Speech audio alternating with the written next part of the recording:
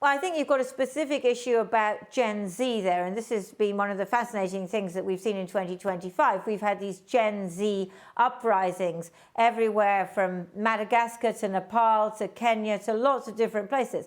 And we see that, here in the UK, which is, this generation which can't afford housing, isn't going to be better off than its parents. In fact, they're going to be much worse off than their parents. So we see a lot of discontent there. And some of that, of course, goes back to the 2008 financial crash. And then, nobody can ever predict when there is going to be a financial crash. We don't know if there's going to be one next year, but we do know that certainly the tech companies, many analysts believe that they are very overvalued.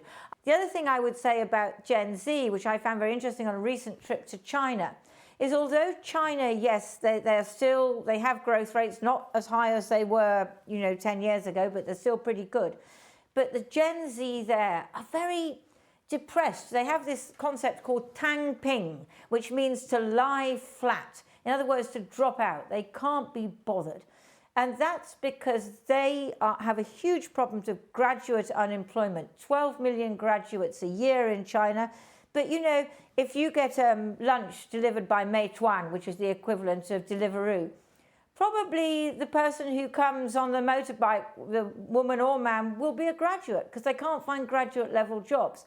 And increasingly they're going in for automation. Now that will make their factories even more efficient. I saw an incredible factory which was making cars, which was just almost all automated, all robots. But there again, that creates more of an unemployment problem. So I think that Gen Z is something to watch in China as well as elsewhere in the world.